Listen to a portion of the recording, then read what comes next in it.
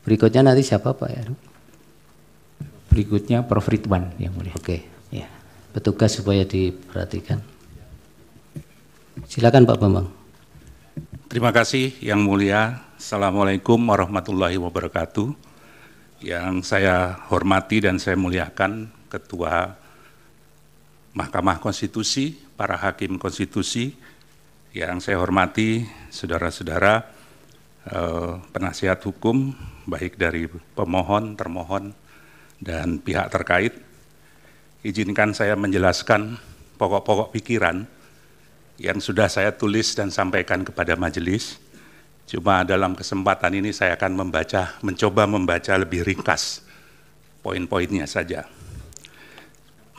Yang dimintakan keterangan kepada saya oleh penasihat hukum adalah tentang penetapan Gibran Rakabuming Raka, anak dari Presiden Jokowi, sebagai cawapres melanggar hukum dan konstitusi. Saya mulai dengan pasal 75 Undang-Undang Pemilu yang mengatur tentang peraturan dan keputusan KPU. Untuk menyelenggarakan ayat 1, untuk menyelenggarakan pemilihan umum, sebagaimana diatur dalam undang-undang ini, KPU membentuk peraturan KPU dan keputusan KPU. Ayat 2, peraturan KPU sebagaimana dimaksud pada ayat 1, merupakan pelaksanaan peraturan perundang-undangan. Ayat 3 saya lewati, ayat 4, dalam hal membentuk peraturan KPU yang berkaitan dengan pelaksanaan tahapan pemilu, KPU wajib berkonsultasi dengan DPR dan pemerintah melalui rapat dengar pendapat. Selanjutnya, putusan Mahkamah Konstitusi nomor 90 PUU 21/2023 telah merubah pasal 169 huruf Q menjadi berusia paling rendah 40 tahun atau pernah atau sedang menduduki jabatan yang dipilih melalui pemilihan umum, termasuk pemilihan kepala daerah.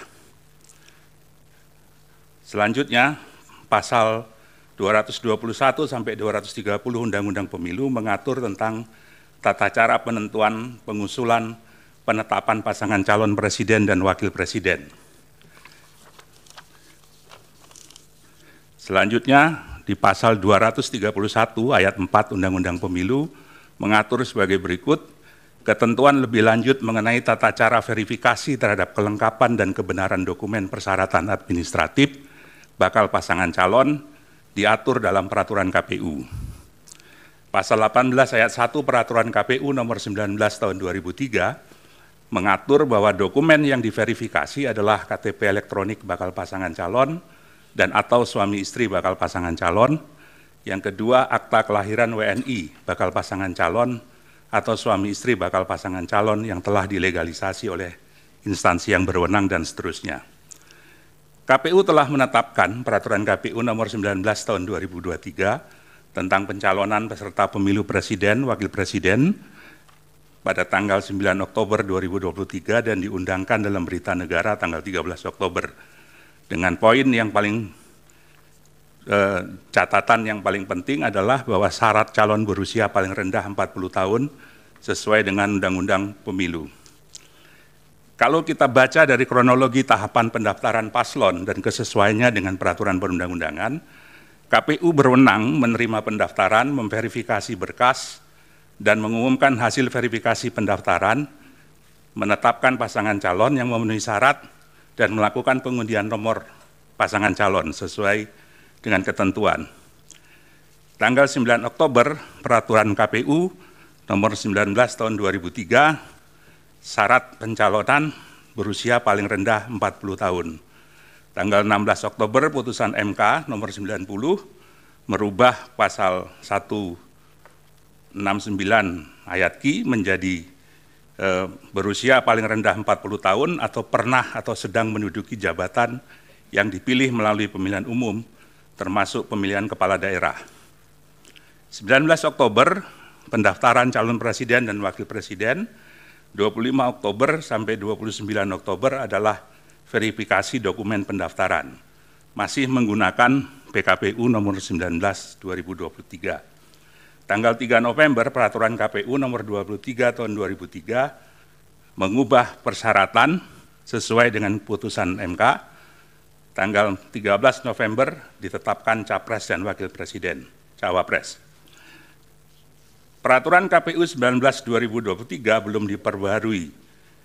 Yang jadi persoalan adalah mengapa menerima pendaftaran dan melakukan verifikasi berkas paslon 02 yang tidak memenuhi syarat usia sesuai dengan PKPU 19/2023. Penerimaan pendaftaran Prabowo Gibran yang tidak memenuhi syarat oleh KPU adalah tindakan yang diskriminatif. Dalam berita acara verifikasi dokumen persyaratan bakal calon presiden dan calon wakil presiden tanggal 28 Oktober 2023, berkas itu menyatakan bahwa pasangan Prabowo Gibran memenuhi syarat dan disusun dengan berdasarkan pada PKPU 19/2023 yang belum direvisi sesuai dengan putusan MK 90. Bakal cawapres Gibran yang sebenarnya berbeda dalam hal syarat umur diperlakukan sama dengan cawapres yang lain yang sudah memenuhi syarat umur, sebagaimana ditetapkan dalam Peraturan KPU 19 tahun 2023. Berkas pendaftaran paslon 02 diterima dan diverifikasi oleh KPU. Tidak sesuai dengan putusan MK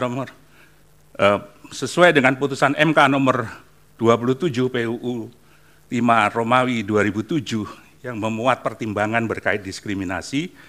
Diskriminasi adalah memperlakukan secara berbeda terhadap hal yang sama. Sebaliknya bukan diskriminasi jika memperlakukan secara berbeda terhadap hal yang memang berbeda. Dalam kasus ini, sebetulnya cawapres Gibran harusnya diperlakukan secara berbeda dengan peraturan yang berbeda. Romawi 2007 yang memuat pertimbangan berkait diskriminasi. Diskriminasi adalah memperlakukan secara berbeda terhadap hal yang sama. Sebaliknya bukan diskriminasi jika memperlakukan secara berbeda terhadap hal yang memang berbeda. Dalam kasus ini, sebetulnya cawapres Gibran harusnya diperlakukan secara berbeda dengan peraturan yang berbeda. Tapi dalam kenyataannya KPU memperlakukannya sama dengan calon wakil presiden yang lain, diverifikasi dengan peraturan yang sama. KPU melakukan tindakan dalam rangka penyelenggaraan pemilu yang tidak menaati prosedur asas dan prinsip penyelenggaraan pemilu yang ditetapkan dalam peraturan perundang-undangan pasal 3 huruf D, terutama di Undang-Undang Pemilu, yang menyatakan bahwa dalam menyelenggarakan pemilu, penyelenggara pemilu harus melaksanakan pemilu berdasarkan asas sebagaimana dimaksud dalam pasal 2 dan penyelenggaraannya harus memenuhi prinsip mandiri, jujur, adil, berkepastian hukum, dan selanjutnya. Penyelenggaraan harus netral dan selanjutnya. Menurut prinsip keadilan pemilu, menurut IDEA, keadilan pemilu berarti memastikan bahwa setiap tindakan, prosedur, dan keputusan terkait proses pemilu adalah taat hukum. Keadilan pemilu juga berarti hak kepemiluan dilindungi, dipenuhi, dan ditegakkan. Keadilan pemilu juga berarti memberi ruang bagi pihak yang hak kepemiluannya dilanggar, membuat keluhan, memberikan keterangan, dan menerima keputusan. Selanjutnya, KPU melakukan perubahan PKPU nomor 19 menjadi PKPU nomor 23 pada tanggal 3 November sesuai dengan putusan MK. Seharusnya KPU merubah PKPU nomor 19 tersebut sebelum menerima pendaftaran pasangan calon. Poin berikut adalah berkaitan dengan mandat verifikasi yang diatur dalam PKPU sehingga putusan MK saja tidak cukup menjadi landasan menerima pendaftaran Gibran. Meskipun MK telah membuat putusan nomor 90 PUU 21/2023, KPU harus tetap mengubah peraturan KPU 19 terlebih dahulu untuk menyesuaikan syarat calon. Perubahan frasa dalam putusan mahkamah tidak bisa dipisahkan dari kedudukan mahkamah sebagai negatif legislator, sehingga putusan mahkamah harus dinilai setingkat dengan undang-undang yang memerlukan peraturan KPU untuk dioperasionalkan, terutama dalam peraturan KPU. Hal ini sesuai dengan perintah Undang-Undang Pemilu pasal 12, pasal 13, pasal 75 Undang-Undang Pemilu, dan lebih jauh lagi harus mengacu kepada pasal 231 ayat 4 Undang-Undang Pemilu yang memerintahkan ketentuan lebih lanjut mengenai tata cara verifikasi terhadap kelengkapan dan kebenaran dokumen persyaratan administrasi bakal pasangan calon diatur dalam peraturan KPU. Peraturan KPU atas pendaftaran Gibran adalah kesengajaan terhadap pelanggaran kepastian hukum. Kebutuhan peraturan KPU mengatur penyesuaian dengan putusan MK tidak hanya kebutuhan administratif, tapi juga kebutuhan hukum pemilu agar tidak timbul kekosongan hukum pasca putusan MK. Perubahan PKPU 19 menjadi PKPU 2023-2023 yang telah sesuai dengan putusan Mahkamah Konstitusi telah melewati batas akhir terhadap pendaftaran paslon dan verifikasi dokumen pasangan calon. Maka verifikasi terhadap Saudara Gibran Raka masih menggunakan dasar hukum nomor 19/2023. Tindakan Komisi Pemilihan Umum membiarkan Raka Gibran terus mengikuti tahapan pencalonan dalam proses pendaftaran dari verifikasi bakal pasangan calon merupakan pelanggaran terhadap prinsip kepastian hukum. Pak Bambang sebentar. Ya. Ini waktunya sudah 10 menit. Lewat 1 menit, 11 menit ya. Akan dihabiskan untuk keterangan ahli tanpa memberi kesempatan pendalaman kuasa hukum ataukah akan dibagi? Esensinya sudah bisa ditangkap sebenarnya kan, apa yang diterangkan saksi ini.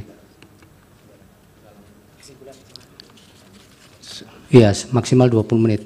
Tinggal 9 menit untuk pendalaman kalau. Ya. Poin saya menyimpulkan adalah ketidakjujuran dan ketidakadilan dalam proses penetapan Gibran sebagai cawapres bukan sekedar pelanggaran etika, tapi juga adalah pelanggaran hukum dan konstitusi. Catatan saya adalah kerangka hukum pemilu harus dijalankan secara konsisten dan tanpa kelalaian, serta tidak boleh diamandemen dalam jangka waktu tertentu sebelum pemilu.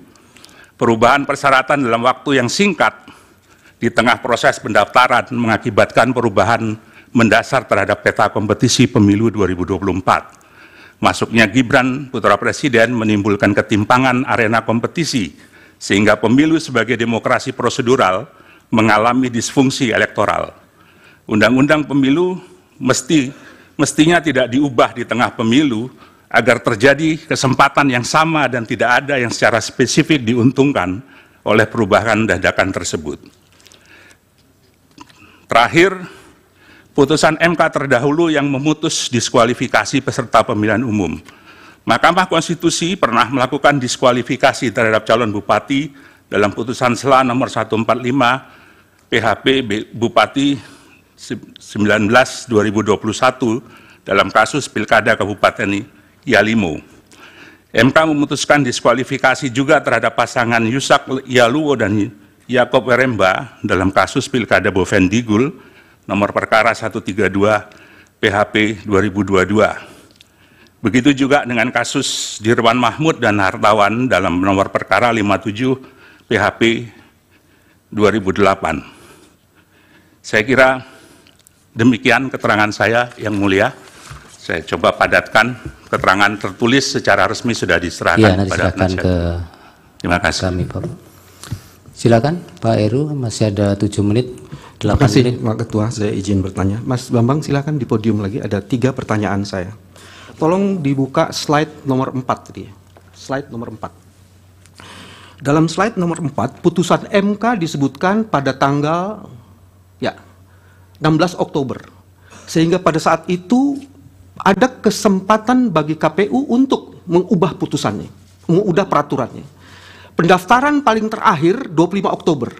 Jadi pada saat pendaftaran CWP itu dia masih menggunakan peraturan KPU nomor 19 tahun 2023.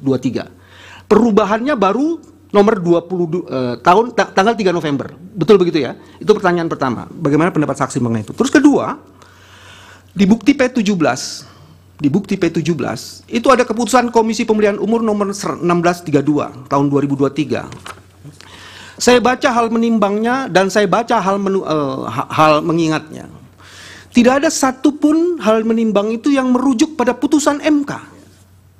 Tapi kemudian putusan ini mengubah KPU itu nomor 19 menjadi nomor 23 di hal mengingatnya. Apakah penetapan seperti ini yang menetapkan presiden jalan untuk presiden itu tidak melanggar prinsip dan azas-azas KPU? Yang ketiga, Komisi Pemilihan Umum di Kabupaten Murung Raya, ada berita acaranya, itu baru kami sampaikan. Ada pernyataan seperti ini, saksi ahli. Dalam hal ini, Komisioner KPU Kabupaten Murung Raya diinstruksikan oleh KPU RI melalui KPU Provinsi Kalimantan Tengah, Pak Harmain, Pak Sastriadi, Pak Keko, Pak Anton, untuk mengubah status partai politik Gelora dari status belum memenuhi syarat menjadi memenuhi syarat.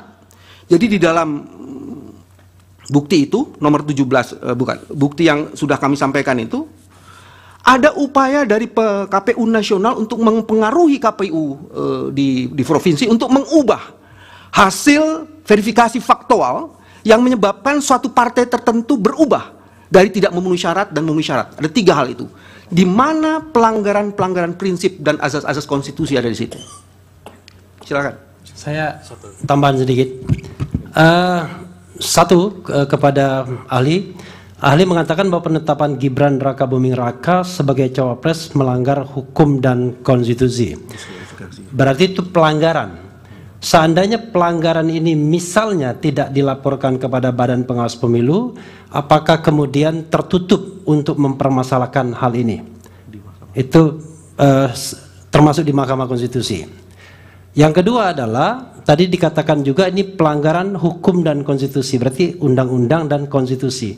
Kalau dikaitkan dengan pasal bahwa penyelenggara pemilu itu harus tetap mandiri, ya, itu apakah kemudian ada kaitannya perlakuan diskriminatif ini kalau kita kaitkan dengan azas atau pasal dalam konstitusi tersebut? Terima kasih. Baik. Dari termohon 1 pertanyaan kalau ada, atau 2 pertanyaan juga boleh. Singkat saja. Terima kasih majelis. Kepada saudara ahli, pertanyaan yang kami ajukan berkaitan dengan syarat sebagai calon presiden atau wakil presiden. Yang pertama, apa dokumen yang harus disampaikan untuk membuktikan bahwa calon itu atau bakal calon itu berusia 40 tahun pada saat didaftarkan. Yang kedua, apabila calon itu sedang menduduki jabatan sebagai kepala daerah, apa dokumen persyaratan yang diajukan oleh yang bersangkutan atau partai politik yang mengusulkan yang bersangkutan?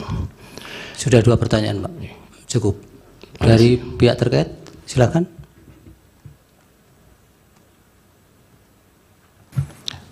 Kami ingin tanya, pertama, apakah saudara ahli tahu dan dapat membedakan antara sengketa proses dan sengketa hasil dalam pemilu?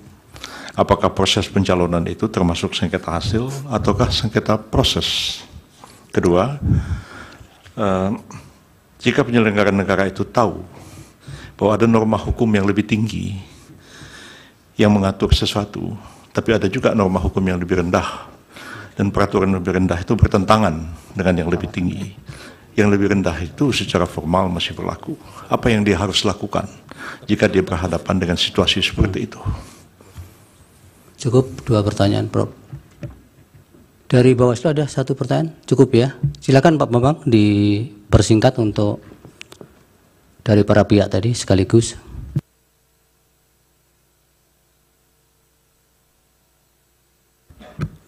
Baik, Yang Mulia.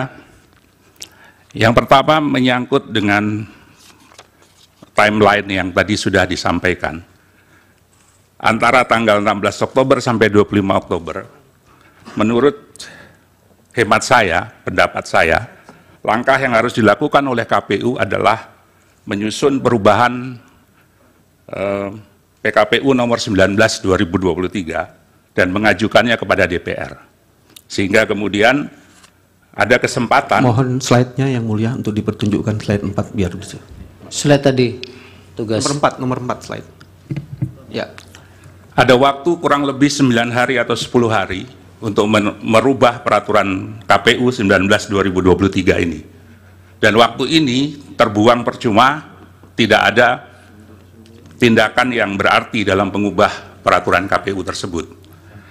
Sekaligus menjawab pertanyaan Prof. Yusril tentang bagaimana kalau ada norma hukum yang bertentangan, Seharusnya norma yang lebih rendah menyesuaikan dengan norma yang lebih tinggi. Nah, persoalannya adalah kerangka hukum pemilu itu tidak cuma undang-undang, tapi juga peraturan KPU. Dipertegas dalam pasal 75 Undang-Undang Pemilu bahwa untuk melaksanakan pemilihan umum, KPU harus membentuk peraturan KPU dan keputusan KPU. Peraturan itu sebagaimana dimaksud adalah pelaksanaan peraturan perundang-undangan.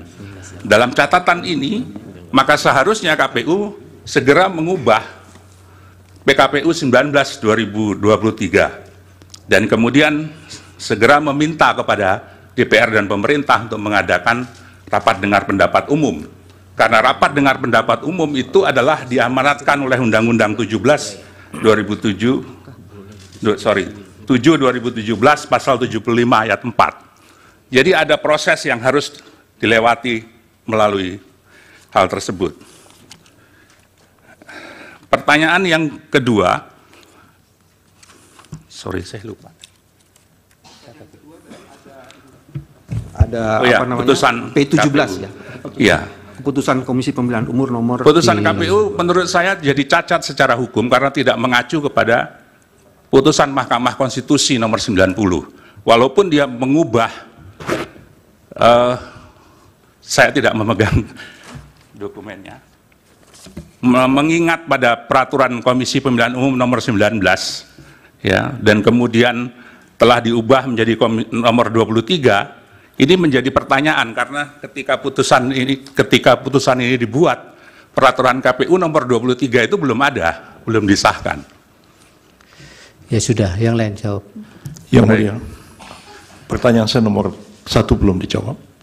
Saya kira belum memang, karena saya tadi kebetulan menyambung dengan pertanyaan nomor 2, Prof. Yusril.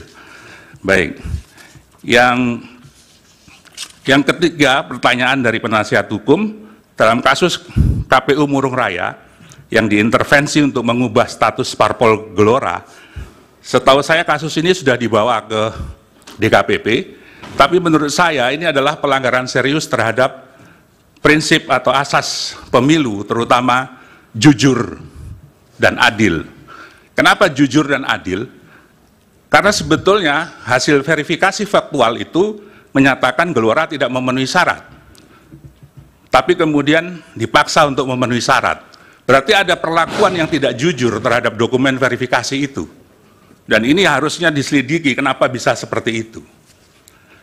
Saya nggak tahu bagaimana instruksi itu dilakukan, tapi kalau berdasarkan informasi yang diterima itu, maka ini adalah tindakan yang melanggar pada prinsip atau asas jujur dan adil. Kemudian penetapan Gibran melanggar hukum dan konstitusi. Relasinya adalah bahwa pasal 22E itu mengatur asas pemilu langsung, umum, bebas, rahasia, jujur, dan adil. Tindakan yang dilakukan oleh KPU itu mengingkari asas jujur dan adil terhadap proses verifikasi itu. Karena ada kebenaran yang tidak disampaikan dalam proses verifikasi itu, yaitu bahwa peraturan KPU belum dirubah.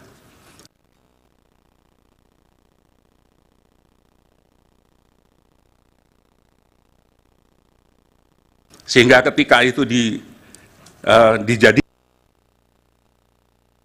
dasar, maka putusan itu sudah tidak jujur, tidak sesuai dengan fakta. Peraturan KPU ada dokumen yang harus diserahkan, yaitu KTP elektronik, bakal pasangan calon atau suami istrinya, dan akta kelahiran WNI, bakal pasangan calon atau suami istri bakal pasangan calon. Saya kira itu menjawab kebutuhan terhadap verifikasi dokumen yang diajukan. Kemudian berkaitan dengan sengketa proses dan sengketa hasil. Sengketa proses adalah proses yang sengketa yang diajukan dalam proses pemilihan umum, dan ini kewenangan dari Badan Pengawas Pemilu. Dan sengketa hasil adalah sengketa terhadap hasil pemilihan umum yang menjadi kewenangan dari Mahkamah Konstitusi. Baik, sudah cukup. Ya. Ya, pelanggaran yang tidak dilaporkan tadi belum dijawab. Oh, mohon maaf, kelewatan. Ya. Berkaitan dengan pelanggaran yang tidak dilaporkan, saya kira mandat dari Undang-Undang Pemilu memberikan tugas kepada Badan Pengawas Pemilihan Umum untuk melakukan pengawasan secara aktif, bahkan kalau perlu Ya, proaktif. itu kan dan normatifnya, preventif. Pak. Yang Ya. ini kan yang lolos dari itu. Justru itu saya harus bertanya, Yang Mulia. Seharusnya Bawaslu tahu bahwa ada persoalan ini dalam proses penetapan pasangan calon, karena dia melakukan pengawasan aktif. Pertanyaannya, apakah Bawaslu mengambil tindakan terhadap pelanggaran ini? Saya tidak tahu, saya tidak punya dokumen tentang itu terhadap ini. Nah, mungkin nanti bisa ditanyakan kepada Ketua Bawaslu. Baik. Apakah ada langkah-langkah Ya. yang dilakukan untuk pelanggaran yang dilakukan oleh KPU tersebut? Terima kasih, Yang Baik, Mulia. Pak Bambang. Dari Hakim ada? Yang Mulia, ada satu pertanyaan yang belum dijawab. Termohon. Termohon baru dijawab satu. Iya. Yang soal apabila ada orang Prof. Ridwan.